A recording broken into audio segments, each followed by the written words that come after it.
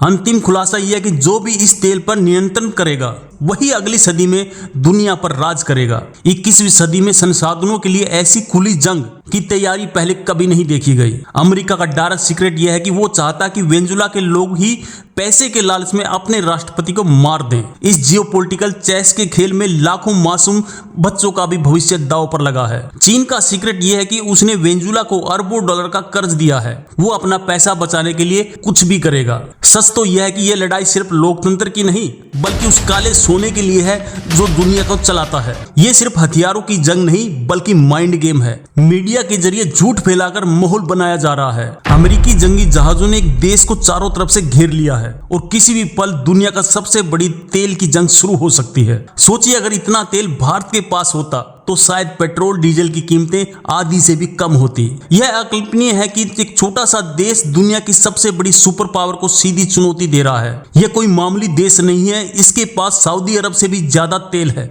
और अमेरिका इसे हर हाल में हासिल करना चाहता है। अमेरिका कह रहा है कि वो यहाँ लोकतंत्र लाएगा। कमाल है, लोकतंत्र हमेशा वही आता है जहां तेल होता है। सोचिए जिस देश के पास तेल का समुंदर है वो पाबंदियों की वजह से पेट्रोल तक नहीं बना पा रहा। यह संभव पर सच है। दुनिया का सबसे अमीर देश आज दुनिया के सबसे गरीब देशों में से एक है। वेनेजुएला के राष्ट्रपति ने धमकी दी है, हम अमेरिका के लिए दूसरा वियतनाम बनेंगे। इस जंग के बीच वहां के आम लोग भूख और गरीबी से लड़ रहे हैं। उनकी क्या गलती है? सबसे भयानक बात है कि अगर युद्ध हुआ तो यह तीसरे विश्व युद्ध की चिंगारी भड़का सकता है। अमेरिका का सबसे खतरनाक जंगी जहाज जो पलक झपकते ही तबाही मचा सकते हैं वेनेजुएला के तट पर तैनात हैं। वेनेजुएला के पास दुनिया का कुल तेल भंडार का लगभग 20% हिस्सा है। यह भी एक रिकॉर्ड है। वहां के लोग बस शांति चाहते हैं लेकिन उनकी किस्मत तेल के कुएं में दफन हो गई है। लेकिन रुकिए, इस देश में 45 लाख आम नागरिकों को हथियार देकर दुनिया की सबसे बड़ी मिलिशिया सेना बना ली है।